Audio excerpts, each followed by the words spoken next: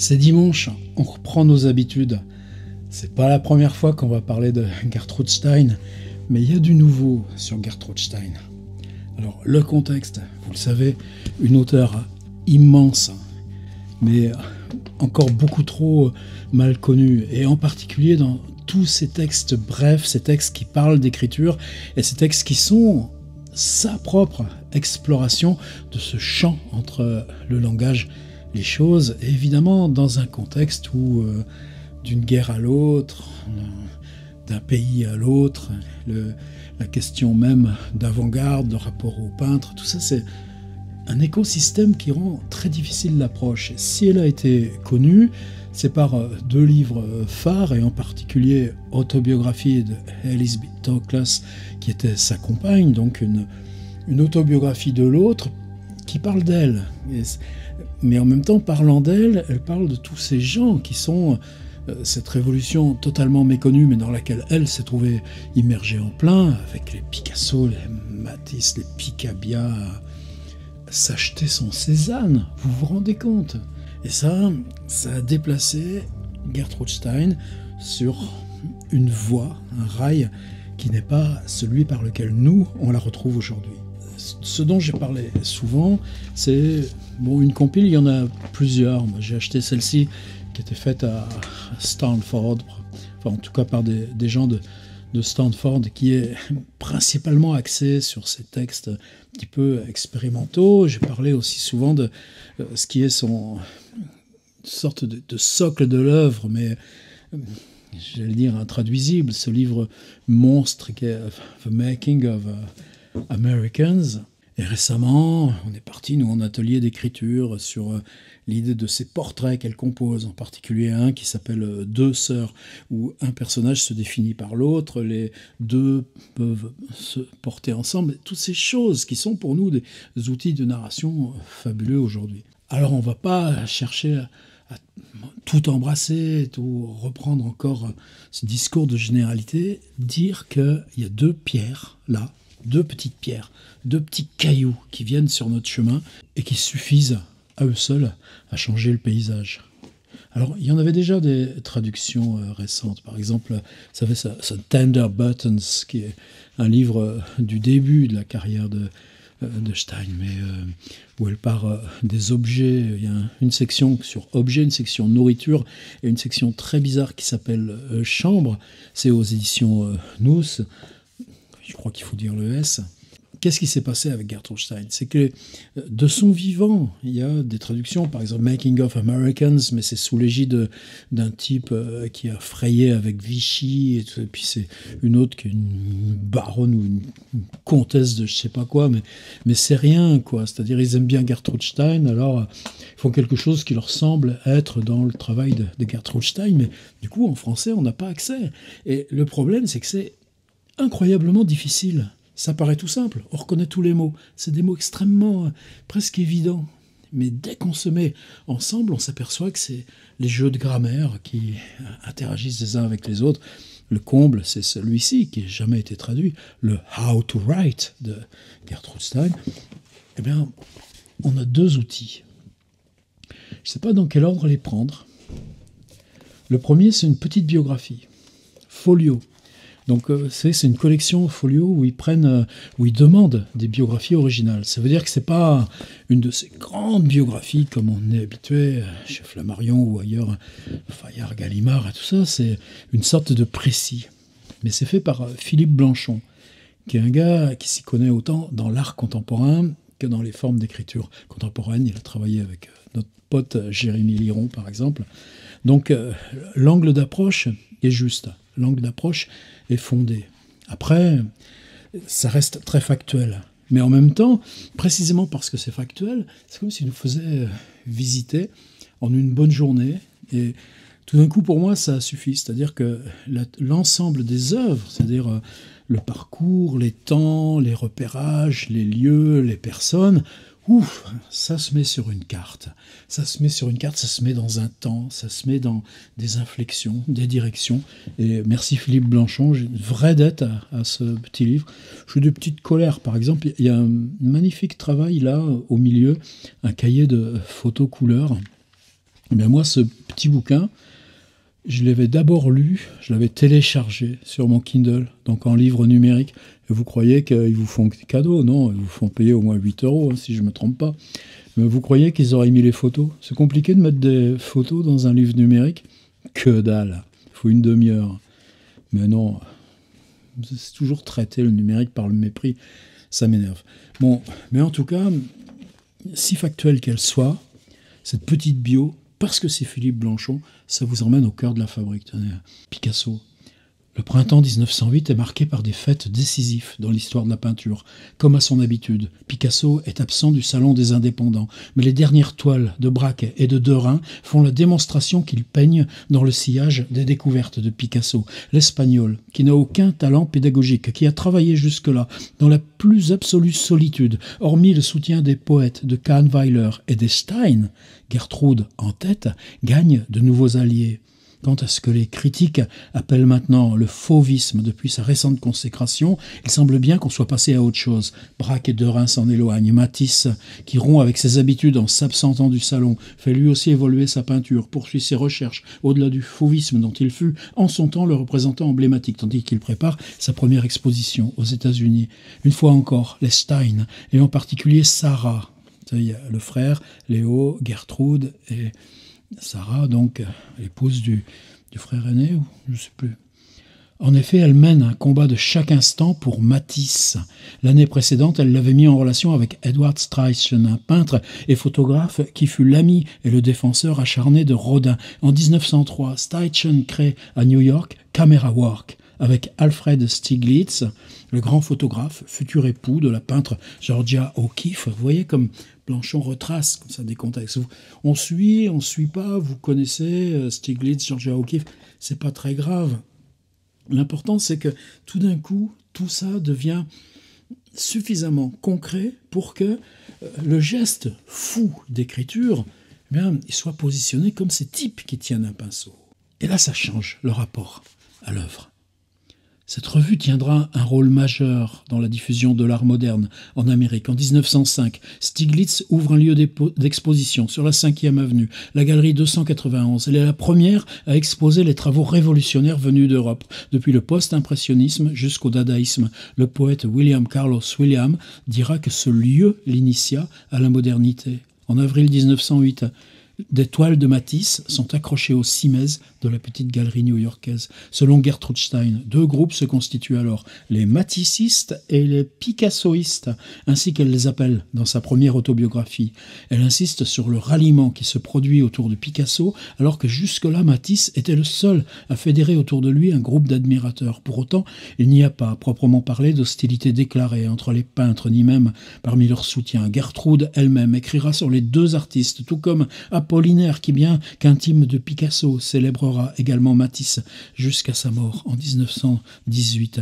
Mais l'influence de Picasso croît considérablement. Gertrude le pressent, sans l'ombre d'un doute. Elle en est heureuse, comme de constater leurs points communs. Si le mot n'avait pas été galvaudé, on pourrait dire qu'ils partagent la même radicalité dans la volonté de créer un art neuf, en rupture avec le siècle précédent. Ils partagent, d'autre part, la même ténacité, la même capacité à mener un combat contre tous, la même ambition. Et là, on a toute cette fameuse toile de ce portrait pour lequel elle a posé mais des dizaines de fois pour Picasso, qui est devenu évidemment emblématique.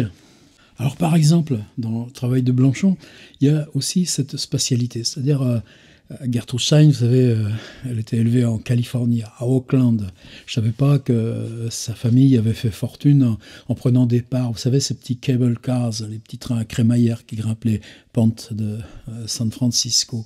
Et puis, à la mort des parents, c'est pas hyper riche. C'est suffisant pour que elle et son frère, quittent le continent. Et puis elle, du coup, arrive dans un lieu où c'est plus facile de vivre son homosexualité, peut-être, mais en même temps, ces choses de peinture achetée, peinture revendue, on est loin du portrait des riches américains qui absorbent, comme Barnes à la même époque. Non, c'est plus, c'est du deal, en fait. Et c'est ce deal qui va leur permettre de tenir, qui va lui assurer sa liberté d'écrire. Mais il y a des voitures, hein. Par exemple, en pleine guerre 14-18, qu'est-ce que tu fais quand tu es américain? Ben, tu achètes une voiture. Et là, ben, ils vont avoir des missions de transport, de ravitaillement, descendre jusqu'au sud de la France, remonter. Et ce goût de la voiture, ce goût qui va les emmener en Italie, en Espagne, voilà ce que ça donne quand Blanchot en parle.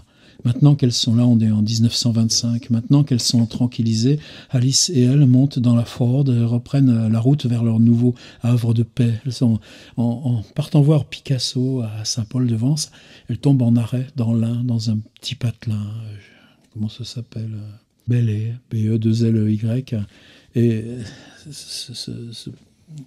juste là, dans ce coin-là, en bas de la Savoie, avec ce perspective des montagnes, ça va devenir en fait leur havre. Et c'est là où Stein va écrire énormément. Retrouver un endroit que l'on aime procure des plaisirs différents de ceux qu'on a connus quand on l'a découvert. Gertrude et Alice arrivent à Belley alors que iris, lilas et pommiers sont en fleurs et c'est une éclatante surprise.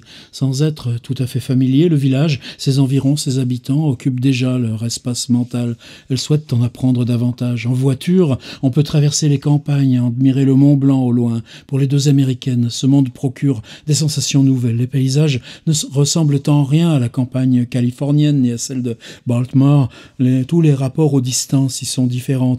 Les bavardages, les nouvelles échangées, les balades par les chemins étroits, les vues offertes sur le Grand Colombier à la sortie du village aux maisons resserrées, avec leurs toits pentus, nourrissent leur quotidien déjà riche de souvenirs. Loin de tout, la correction des épreuves, The Making of Americans avance à bon rythme, sous le regard parfois étonné de son auteur, qui redécouvre un texte écrit il y a des années et qui fut suivi de tant d'autres. Le livre dépasse bien davantage l'évaluation de 700 pages. Une fois mis aux normes éditoriales, il en fera 925, etc., etc. Voilà, juste l'ambiance de ce petit livre manuel. Et maintenant, on va se faire la transition, puisqu'il y a ça dont je veux aussi vous parler, et puis une conclusion qui pour moi sera un petit peu la raison d'échanger ensemble. Maintenant, il va falloir surmonter le trac, surtout quand Russell Potter, la puissance invitante à Columbia, lui apprend une nouvelle qui l'affole. 1500 places se sont arrachées pour sa première conférence. Elle avait pourtant été claire. Pas question de parler devant plus de quelques centaines de personnes. C'était la condition de sa venue, car pense-t-elle, il est impossible de se faire bien comprendre et d'échanger si le public est trop nombreux. Elle préfère donc renoncer. Potter trouve la solution, multiplie les séances pour satisfaire la conférencière. Toute cette attente augmente son appréhension. Pour l'apaiser, Van Vechten organise une première rencontre dans un cadre privé devant une cinquantaine de personnes afin qu'elle puisse prendre ses marques. Ce tour de chauffe lui redonne confiance, momentanément, puisque la veille de la première conférence, elle souffre d'une extinction de voix. Heureuse coïncidence, elle s'est liée avec un otorhinolaryngologiste pendant la traversée en bateau. On lui téléphone et il vient du New Jersey pour une consultation en urgence. Rien de grave, miraculeusement, elle retrouve la voix. Une fois lancée, elle prend même plaisir à ces conférences qui toutes, surtout, satisfont leurs auditeurs, qu'ils soient ou non étudiants. Il est évident qu'un charme opère au cours de ces rencontres. Elle traduit sa pensée de son débit de voix calme et mélodieux. L'auditoire suit les cheminements de sa logique, partagée entre étonnement, fascination. Elle expose sa quête patiente du présent continu, sa façon d'écrire les portraits. Le but poursuivi dans Tender Buttons, son rapport à la peinture, au théâtre et enfin à la grammaire. Elle s'étonne de la curiosité que ses propos suscitent, des questions posées. Le public est non seulement attentif, mais réactif, et elle aime lui répondre. Elle intervient, sans avoir pu se départir du trac, une fois encore, au Museum of Modern Art, où Picasso expose. Au même moment, c'est l'occasion pour elle de concentrer son propos sur la peinture. Elle retrace le rapport qu'elle entretient avec l'art pictural, rappelant ses émotions devant les grands panoramas de bataille quand elle était enfant, ou devant un Millet, la découverte de la peinture italienne, du Gréco, le bouleversement provoqué par Cézanne. À Princeton, elle s'en tient à The Making of Americans et fait la connaissance de Donald Sutherland, alors étudiant, etc. Ensuite, elle va à Chicago et on approche, on les attend à Chicago, etc. Et elle reviendra de Chicago à New York en avion. D'abord, elle avait refusé. Dit que l'avion, ça lui fait peur. À peine l'avion quitte-t-il le sol que l'angoisse s'évanouit. Le spectacle que la terre offre, vu du ciel, est magnifique. En voyant le dessin formé par les champs, les routes, les alternances de courbes, les lignes droites, elle comprit et admira davantage encore la peinture, écrira-t-elle. Celle de Matisse et de Braque, de Léger et bien sûr de Picasso. Cet émerveillement se renouvellera chaque fois qu'elle reprendra l'avion.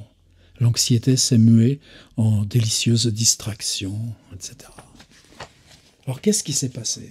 Alors d'une part, il y a cette réalité américaine, que la littérature, c'est les livres, mais cette tradition des conférences, si vous êtes chez Lovecraft, même époque, ou vers 1925, dans Nyarlathotep, par exemple. Moi, je m'excuse de recaser mon Lovecraft, c'est pas le cas, mais ça part justement sur ces types qui font des conférences de ville en ville, sur les inventions scientifiques, sur ce qu'on peut faire avec le cinéma. Houdini, le magicien, fait ça.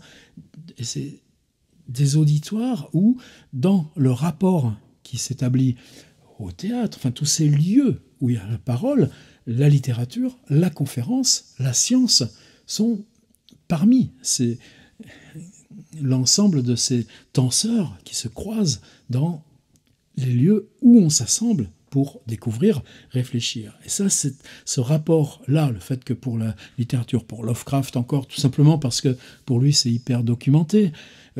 Dans la période vers 1920, une fois par semaine, il va à Boston, il est responsable de l'association des journalistes amateurs, comme ils s'appellent, et là, ils reçoivent, par exemple, l'anglais Dunsany. Et Dunsany va lire, comme Dickens, bien avant, venait lire.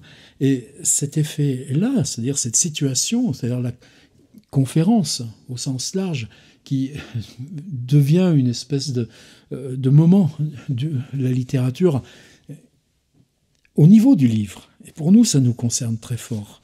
Bien évidemment, c'est renforcé encore par... C'est une auteure américaine. Dans cette fascination imposée, retransmise par l'Europe, en même temps, le numéro du Times, le supplément du dimanche, fait des pleines pages quand quelqu'un est reçu à l'Académie française. On fait une énorme critique d'un livre qui s'appelle « Les pantoufles d'Anatole France ». Par contre, les auteurs américains comme le pont de Brooklyn de Hart Crane, qui se suicide en même temps, ben lui, il n'y a jamais une ligne dans le New York Times. Donc tout d'un coup, ils ont une auteure américaine, mais qui est consacrée par ce dont elle parle. C'est-à-dire que là où la révolution Picasso, Matisse, Derain, Braque, Cézanne occupe l'espace, on a une auteure qui est au même niveau qu'eux. Alors est-ce que c'est un malentendu ? En partie.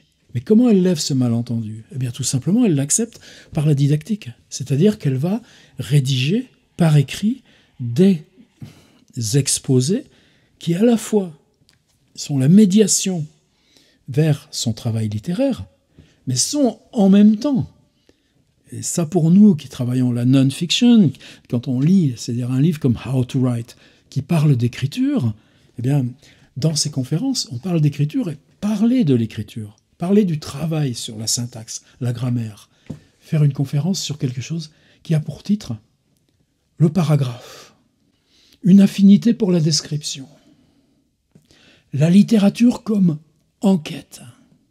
Écrire sur l'écriture est une sorte de centre de l'écriture. On est là où Joyce invente son Finnegan's Wake, mais bon, ils s'entendront pas bien, Gertrude Stein et Joyce.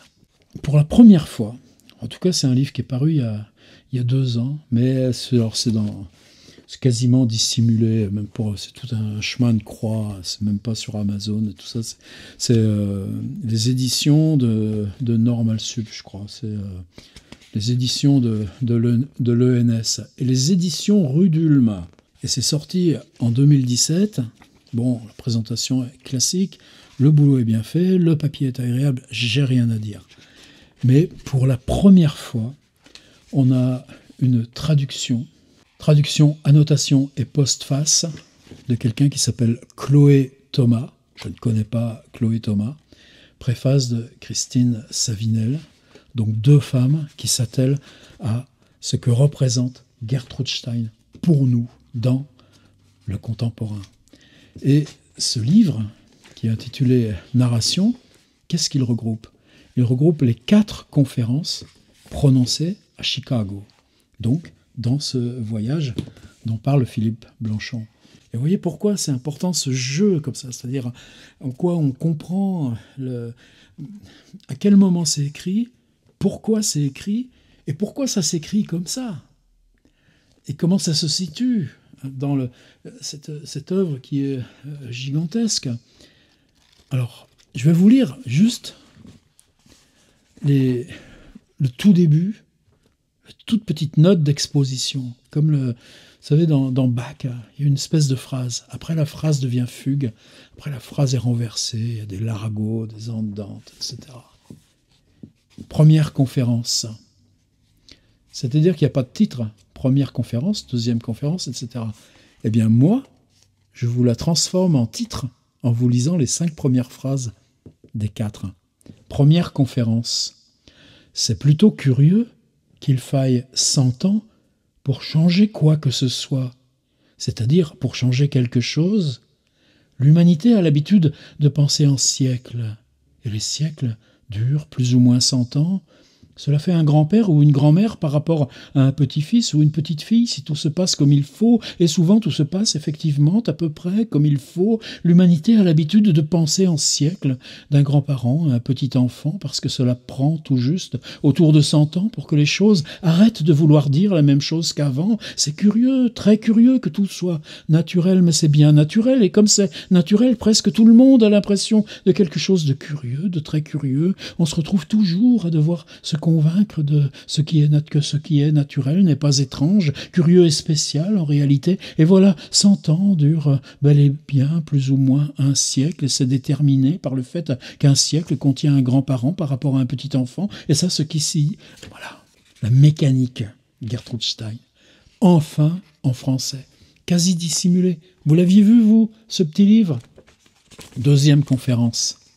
Chose sérieuse. J'ai dit, et tout le monde peut le dire, tout le monde pourrait le dire, que la connaissance, c'est ce qu'on connaît. La connaissance, c'est ce qu'on connaît. Il n'y a rien de plus difficile à dire que ça, la connaissance, c'est ce qu'on connaît. C'est en Géorgie qu'il faut faire notre farine, notre gruau et notre viande. La Géorgie, vous savez, c'est un État américain dont elle parle. Elle avait vu ça dans le train. Dans le train, une espèce d'immense panneau publicitaire comme ils savent le faire, avec... C'est en Géorgie qu'il faut faire notre farine, notre gruau et notre viande. Et elle part sur ce truc publicitaire vu dans le train. Est-ce de la prose? Est-ce de la poésie? Et pourquoi?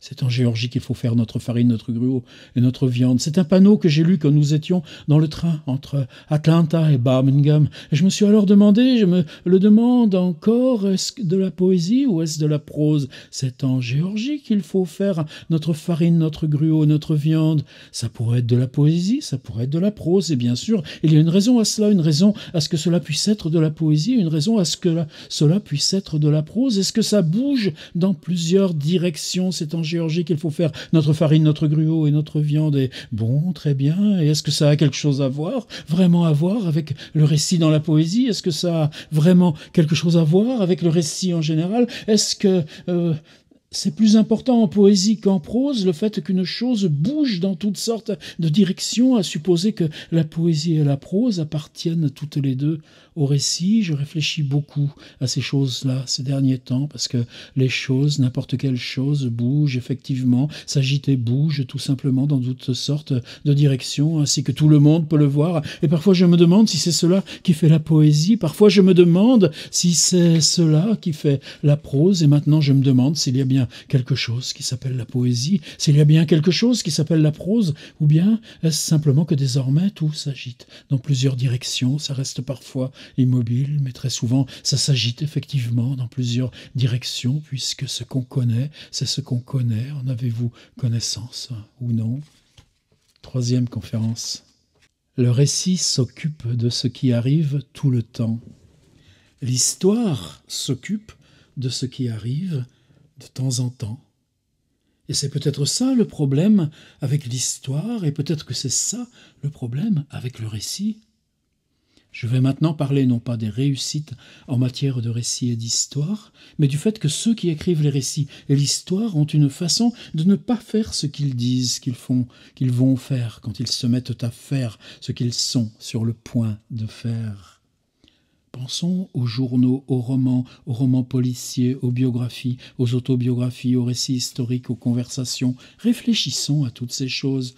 Je ne dis pas de les connaître parce que c'est difficile de savoir ce qu'on sait vraiment d'une chose qui ne fait pas ce qu'elle fait vraiment. Et donc, que fait un journal et que ne fait-il pas ?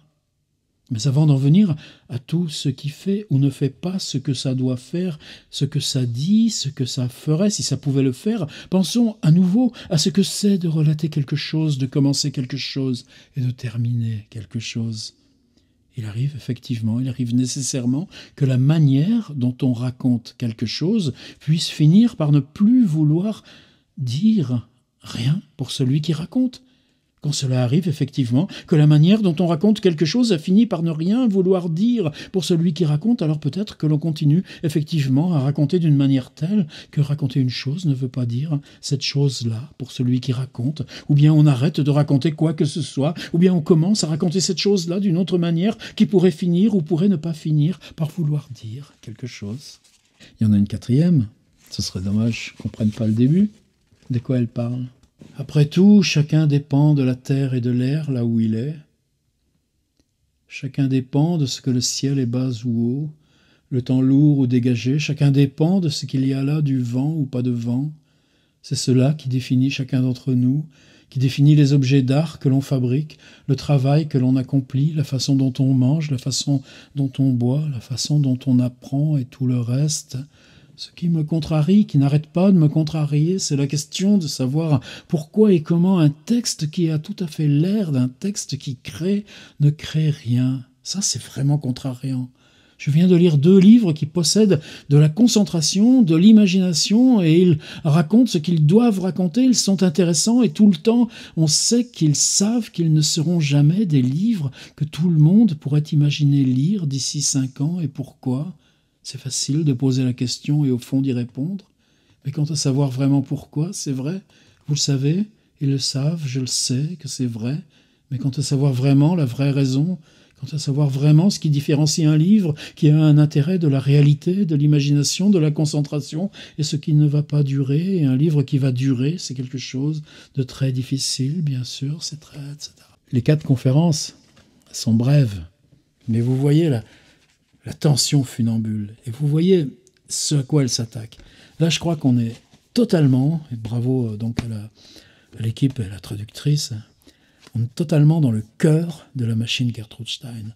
On a enfin, en français, d'une part la contextualisation, parce que si vous ne savez pas ces textes, à qui elle s'adresse, où elle est, pourquoi elle les écrit, ils n'étaient pas écrits pour être dits à New York, ils sont écrits juste, rapidement, non seulement pour être dit à Chicago, mais pour être dit en fonction de ce qu'elle n'a pas pu dire ou pas pu faire comprendre dans les premières conférences à New York. Et tout d'un coup, le temps de l'écriture, et elle a maîtrisé aussi ce jeu de la conférence. Ce n'est pas un texte écrit en amont de la conférence. C'est parce qu'elle a fait ses conférences à New York qu'elle s'installe dans la forme conférence et qu'elle écrit une partition pour conférence. Alors, je vous mets le lien d'un site fabuleux parce que c'est quoi l'autre événement ? Ça, c'est 2017. En 2016, 70 ans après sa mort, nous, on appelle ça se hisser. Gertrude Stein se hisse dans le domaine public. Il n'y a pas d'autorisation à demander. L'ensemble de l'œuvre est disponible en anglais. Alors moi aussi, je me fais les dents sur ce moment. Par exemple, il y a un texte, 1937. Qu'est-ce qu'un chef-d'œuvre ?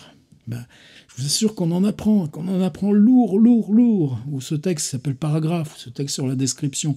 Alors en ce moment, moi, c'est un peu un fouillasson. Il y a des ébauches, puis à chaque fois, il y a là où tu cales, ou là où t'as pas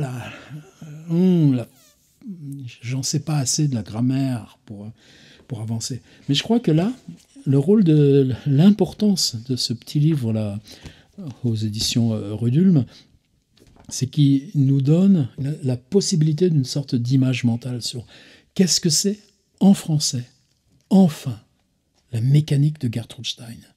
Et si vous entrez là, je pense que vous pouvez entrer dans des textes qui, pour vous, seraient nécessaires. She's dancing. Sur la danse, apprendre la danse. Pourquoi ta danse? Qu'est-ce qui te pousse à danser? Et c'est Isadora Duncan dans les années 20. C'est pas rien. Ou bien faire des affaires. Et le texte s'appelle Faire des affaires à Baltimore. Business in Baltimore. Et business in Baltimore, pourquoi? Parce que c'est là que l'origine familiale de la fortune des Stein dans l'immobilier, elle est à Baltimore. Baltimore. La ville d'Edgar Poe. Cette ville qui est à la fois dure, compacte. Qu'est-ce que j'aime Baltimore. Mais traduire business et Baltimore, waouh, en tout cas, travaux en cours. C'est juste ce que je voulais dire. Donc, commencez à le savoir. Puis quelque temps, quels que soient les chemins dans le contemporain, Gertrude Stein, on retombe dessus. The Making of Americans, c'est un livre aussi décisif pour l'ensemble de la littérature internationale que Borges, que Marcel Proust, Joyce pour ceux qui veulent, ou Franz Kafka. Mais Gertrude Stein, ce qu'il a mis de côté, c'est des choses que nous, on a aujourd'hui à réviser. Pourquoi elle a été mise sur les bords? Ça, c'est une chose. Mais c'est pas la question qu'elle soit mise sur le bord. C'est que tout d'un coup, on enlève les verrous. Ça y est, elle est sur notre table, elle s'en va plus de la table. Mais la traduire, il fallait comprendre ce ressort esthétique, comprendre ce saut en avant, ce bond en avant esthétique, et pourquoi elle le fait. Et là, c'est pas la question d'avoir un petit précis sur la vie de Gertrude Stein. C'est le fait que ce mec, Philippe Blanchon, propose dans ce petit truc chez Folio, je ne sais pas s'il a des projets plus lourds sur Gertrude Stein, une contextualisation, mais centrée sur la vie et l'écriture.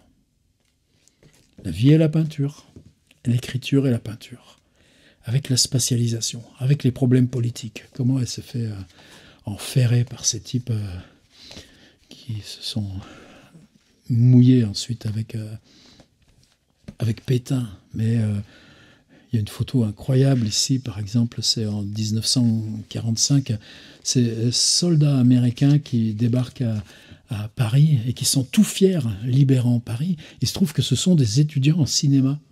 Alors qu'est-ce qu'ils font? Un film sur Gertrude Stein. On libère l'Europe et dans Paris, on retrouve celle qui libère la langue de votre pays et affirme la littérature américaine dans sa contemporanéité, en bloc, comme William Faulkner et les autres. Connu, Hemingway et tout ça, ils sont venus chez elle. J'en dis pas plus. 2 petits bouquins, prenez-les pas. Simplement, je pense que si on veut traduire Gertrude Stein, il faut passer par Blanchon. Il n'y a pas le choix pour l'instant. En attendant une biographie plus grande, par exemple, qu'est-ce qui me manque? Je pense que Philippe il passera à écouter. Mais les photos, là, elle est géniale, sur les 2 filles dans la Ford. Moi, j'aurais pris 10 pages pour raconter la Ford. Évidemment, ils ne pouvaient pas le faire dans ce format. Ils parlent beaucoup de leur relation à leur clébard, par contre, ce grand caniche. Je suis très content d'avoir la photo du caniche. Ça vaut rien, ça compte pas. Non, mais comment elle s'habille? Pourquoi elle s'habille? Comment elle se coupe les cheveux, Gertrude Stein? Alors, qu'est-ce que c'est un intérieur? Qu'est-ce qu'on transporte? Cette espèce de cabane qu'on transporte autour du monde et où on redéploie ces toiles. Quand elle part de Paris dans la guerre, 4 ans, elle reste absente du petit appartement rue Christine. Comment on va le retrouver? Qu'est-ce qu'il y a au mur? Justement, il y a des Cézanne, des Matisse, des Picasso. Ouais, c'est bon, ils l'ont fini. Ils l'ont retrouvé tel quel. Une chance. Sur la table à ouvrage, il y a un petit secrétaire avec des petits tiroirs. Là, on y est. Vous voyez, rien que cette photo, on comprend mieux Tender Buttons. Mais moi, j'aimerais bien savoir ce qu'il y a dans les tiroirs. Gertrude Stein, je suis sûr qu'il y a des gens qui en parlent. Il y a une dernière photo. Elle est très discrète. On voit son écritoire. Pour mon pote Lovecraft, l'écritoire c'était très important. C'était un truc en carton, mais vous souleviez le carton et à l'intérieur, dans le rabat, il y avait des enveloppes, des cartes postales pour les choses à écrire très rapidement, très vite, ou au contraire parce qu'on prenait le temps de la lettre et qu'on voulait la cacheter. Donc il y avait ensuite le bloc ou les pages pour les lettres. Et puis il y avait le petit carnet et les pages qui servaient, elles, simplement pour le brouillonnage et l'écriture.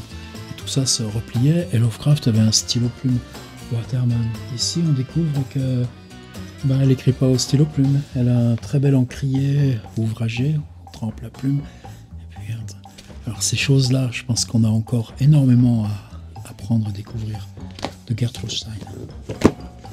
Voilà, à dimanche prochain.